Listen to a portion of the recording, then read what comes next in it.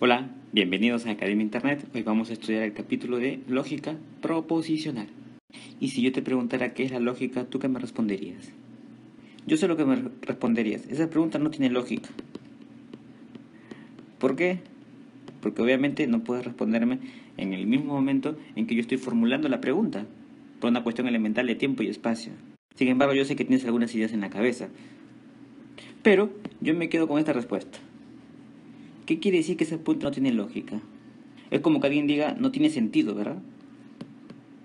Entonces la lógica ve el sentido de las cosas, más que el sentido, diríamos la validez de un argumento o un enunciado. Eso es. Por lo tanto, cuando alguien dice carece de lógica, quiere decir que su argumento es totalmente inválido de acuerdo a los parámetros en los que nos estemos manejando. Hasta ahí tenemos una aproximación de lo que significa la lógica. Podría ser la ciencia que estudia la validez de un argumento, pero yo te había dicho que vamos a estudiar lógica proposicional. Entonces, lo que vamos a analizar va a ser la validez de los argumentos proposicionales, mejor dicho, de las proposiciones. Por lo tanto, tenemos que saber qué es una proposición, si no carecería de lógica nuestra explicación. La lógica proposicional, por supuesto, estudia las proposiciones. ¿Qué quiere decir lógica? Que sea válido, ¿verdad? Entonces, la validez de las proposiciones. Las proposiciones no son otra cosa que enunciados. Los enunciados son expresiones que entrañan en sí mismas un sentido completo. Todas las proposiciones son enunciados, pero no todos los enunciados son proposiciones. A la lógica le interesan los enunciados que tengan una característica fundamental, es decir, que puedan ser verdaderos o falsos. Eso es. Aquí tengo ejemplos de enunciados. El primero dice, espero ingresar a la universidad. Esto no puede ser ni verdadero ni falso, ¿verdad? Es un deseo. La siguiente es, ¿cómo te llamas? Esto tampoco se puede responder con un verdadero o con un falso, es una pregunta. Aquí tengo x más 5 es igual a 7. Tú dirás, bueno, esto es una ecuación. Sin embargo, yo no puedo decir tampoco acá verdadero o falso, porque no sé cuánto vale x. Pero esta ya es diferente a las anteriores. Quiero que retengas eso en la mente. Aquí dice, París es la capital de Francia. Oh, por Dios, tú dices verdadero, yo sé que es cierto. Ahí voy a poner falso. Verdadero. 1 más 1 es 3. Tú dices, bueno, 1 más 1 es 2. Esto es falso. ¿Sí?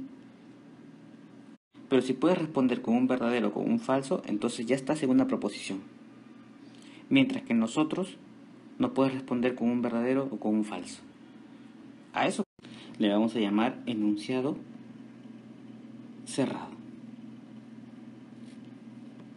Una proposición lógica. Por lo tanto, ¿cuál sería la definición de una proposición lógica? Yo no le vamos a llamar enunciado cerrado. Es toda expresión coherente, ¿verdad?, que se caracteriza por el hecho de poseer un valor de verdad o falsedad en un determinado contexto, como el que estamos viendo aquí. Veamos algunas características adicionales. Ya habíamos dicho que una proposición lógica es un enunciado afirmativo, coherente, que tiene un sentido y posee un valor de verdad o de falsedad. Se representa por estas letras, empezando por la P. Para proposiciones lógicas simples, como estas que están aquí. Por ejemplo, París es la capital de Francia. Yo le puedo poner la letra P. P va a representar a todo lo que está aquí, a esta proposición lógica. Bueno, yo ya sabía que su valor de verdad era este. Aquí, esto yo sabía que era falso, pero lo puedo representar por la letra Q. Sí, Q es falso. Esto lo puedo representar. Pablo Neruda nació en Chile. Bien, le puedo poner la letra R. Esto es verdadero. Es una proposición lógica o un enunciado cerrado. Pero yo sé lo que estás pensando. Si te menciono enunciado cerrado, tú dices, por lógica debe haber enunciados abiertos. Y por supuesto que sí, estás usando la lógica en el curso de lógica. Aquí está. Fíjate lo que son los enunciados abiertos. Tenemos ejemplos. Me dicen, él es un escritor americano, P en X, tal que X mayor que 6, X más 1 es igual a 2. Entonces un enunciado abierto podríamos decir que es un enunciado en el que van a intervenir variables, aquí están las variables, que admiten la posibilidad de convertirse en una proposición lógica cuando la variable asume un valor determinado. En este momento, esta variable, como no tiene ningún valor, o sea, no sé lo que es, no es una proposición lógica. Pero si yo a x le doy un valor, por ejemplo, le pongo a x que sea 3, suponte, si x es 3, entonces esto sería 3 más 1. Y ya sería una proposición lógica. Falsa, pero proposición lógica. ¿Sí? Mientras no le dé el valor a la variable, entonces sigue siendo un enunciado abierto. También se le llama función proposicional a los enunciados abiertos. ¿Cómo les reconozco? Fácil. Aquí tengo como que una ecuación, ¿verdad? Cuando vea variables. En este caso, ¿cuál vendría a ser la variable? Esto, porque yo no sé quién es él. Él puede ser cualquier persona. Si yo le reemplazo a él por un nombre, entonces ya puedo decir que es verdadero o falso. Cuando utilicen pronombres, él, ella, estoy en enunciados abiertos. Por ahí lo puedes recordar. Volviendo a nuestro esquema principal, este es un enunciado abierto, ¿verdad? Ponemos aquí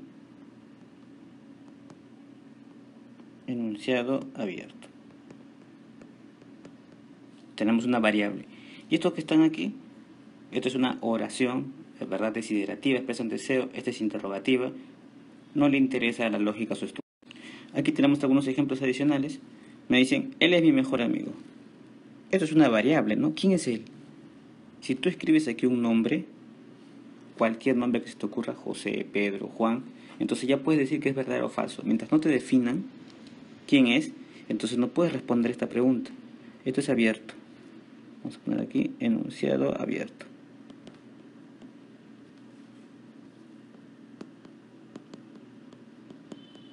Esto que está aquí, ¿qué clase de enunciado es? Es un enunciado cerrado. ¿Sí? Es verdadero además. Puedes comprobarlo. Acá hay una variable. Por lo tanto, esto es un enunciado abierto. Depende de la variable para establecer si es verdadero o falso, o una función proposicional. ¿Y esto que está aquí? ¿Y esto que está aquí? Atiende. Es como que una orden, ¿no? Esto es un imperativo. Bueno, no tiene que ver con lo que estamos estudiando. Su estudio puede determinarse por la gramática, ¿verdad? Es una oración imperativa. Es un enunciado también. Bien. Entonces, a la lógica le interesan los enunciados cerrados. Los que pueden ser verdaderos, los que encierran, hablando con más propiedad, los que poseen un valor de verdad o falsedad. ¿Listo? Bien, si hemos entendido, entonces al costadito de cada una de esas oraciones me vas a poner si es abierto, si es cerrado o si es un enunciado común y corriente. ¿Sí? Si es un enunciado abierto, puedes poner una función proposicional. Si es un enunciado cerrado, simplemente una proposición lógica. Ahora que ya sabemos lo que son las proposiciones, pues entendemos lo que es la lógica, ¿verdad? La lógica proposicional es una parte del gran amplio universo de la lógica y que estudia las proposiciones y la relación que existen entre ellas. Bien, clases de proposiciones. Podemos encontrar simples y compuestas. Estas son las proposiciones simples, ¿verdad? También se les llama atómicas. Vamos a entender un poco más su significado cuando veamos las compuestas. A esta proposición simple le voy a agregar esto. Ajá, ya tengo una proposición compuesta. Lo que nos damos cuenta, ¿cuál es la diferencia? Una proposición compuesta, también le llaman moleculares, junta las simples. ¿Cómo las junta? Con esto que está aquí. ¿Y qué es eso? Eso es un conector. Por lo tanto, las simples carecen de conectores. Habíamos dicho que una proposición simple la puedes reemplazar por una letra. ¿Qué tal si a esto le pones la letra P? A este le puedes poner la letra Q y a este le puedes poner la letra R. Ahí está. Fíjate que aquí tengo dos proposiciones simples unidas por un conector. Eso ya es compuesta. Ya que mencionamos la palabra conector, ¿qué crees que venga a continuación por lógica? Ok, los conectivos lógicos. Mucha atención porque ya estamos entrando de lleno al capítulo de lógica proposicional, ¿sí? Y si lo ves por primera vez, trata de encontrarle algún sentido. Así va a ser mucho mejor y más rápido aprenderlo. Tenemos aquí estos que son los conectivos lógicos. ¿Por qué se le llama conectivos? Porque conectan. ¿Por qué lógicos? Porque están conectando proposiciones lógicas. Entonces, tengo este símbolo que me indica la negación, ¿ok? Esto es la operación lógica, o sea, lo que hace. Este niega. También he visto que le ponen así, ¿verdad? Bueno. Esto que está aquí representa la operación lógica de conjunción. Ya la palabrita conjunción te marca algo, ¿no? Vamos a poner un ejemplo concreto, utilizando lo que vimos aquí. Suponte que Juan estudia, le vamos a poner ahora P. Y trabaja, le vamos a poner Q. O sea, Juan estudia, lo reemplazo con la letra P, y trabaja, o sea, Juan trabaja con la letra Q. Por lo tanto, esto que está aquí ya se llama que P representa Juan estudia. Si tú ves en el esquema, esto significa Juan no estudia. Fácil de entender. La conjunción se representa por la letra I. Este es su esquema. O sea, esto que está aquí, yo lo podría reemplazar con este esquema. Juan estudia y trabaja. Eso es la conjunción. Disyunción como que me da la idea de separación o algo así. Y el significado es la letra O. O sea, yo tendría que escribir Juan estudia o trabaja. Si yo quiero representar o si veo este esquema. El condicional es si P. O sea, si Juan estudia, entonces Q ya sabemos que significa trabaja. Si Juan estudia, entonces trabaja. El condicional es bien fácil de reconocer porque siempre va el sí de condicional. Ojo, el sí lo reconoces porque no lleva acento ortográfico. Es el sí condicional. Y siempre hay una coma, o casi siempre hay una coma antes del entonces. Bueno, el bicondicional lo reconoces. Este es su símbolo, por supuesto, pero lo reconoces en enunciado así, con el sí y solo sí. Entonces, para otro ejemplo, P es Juan estudia, ¿verdad? Juan estudia sí y solo sí. Q trabaja. El último, la disyunción exclusiva que se representa con este triangulito. Y te das cuenta que es más fuerte que esta porque solamente lleva un O y este lleva dos O. O Juan estudia o trabaja. Eso era Q. En nuestro ejemplo, ¿sí? Por lo tanto, es bien importante aprenderse lo que significa los símbolos, ¿sí? Y su significado. Vamos a verlos cada uno en detalle a continuación. Bueno, vamos a ver ahora los conectores lógicos y las tablas de verdad. La lógica estudia la validez de las proposiciones. Pues bien, una manera de establecer esa validez es a través de tablas. Para ordenar una tabla necesito columnas y filas.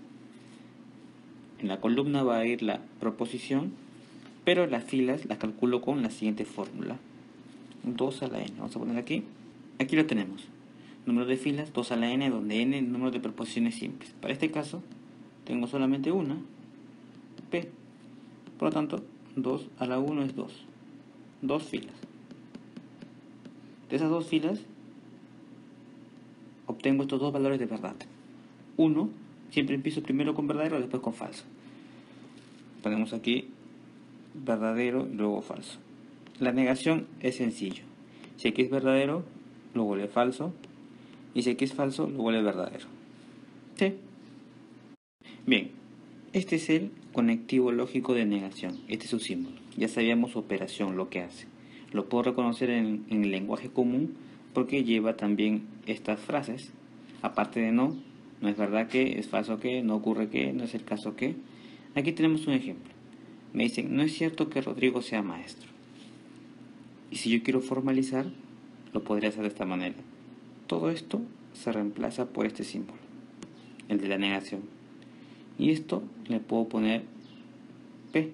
ya que es una proposición simple. En una proposición simple lo puedo empezar con una letra. Y ya está formalizado. No P, negación. En nuestra tabla de verdad, estos son los resultados. El siguiente conector que vamos a estudiar es la conjunción. Este es su símbolo. Y lo puedo reconocer en el lenguaje común por esta palabra, y este conectivo.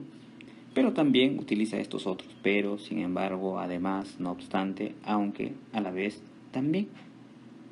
Aquí tenemos una oración. Juan es futbolista y Ana es voleibolista. En vez de y hubiese podido poner pero, sin embargo, además, no obstante, aunque, a la vez, también, y para la lógica es lo mismo. El conector va a ser la conjunción. Aquí tenemos su tabla de verdad. Vamos a establecer las filas con la siguiente idea, ¿no? Tú dices número de filas es igual 2 a la n. ¿Cuántas proposiciones hay? Yo veo 2. N es igual 2 porque hay dos proposiciones simples, P y Q nada más. Por lo tanto tendrías 2 al cuadrado. 2 al cuadrado es 2 por 2. O sea, vas a obtener 4 filas. De ahí, los valores de verdad para P y para Q. Se hace así. Entonces componen 2.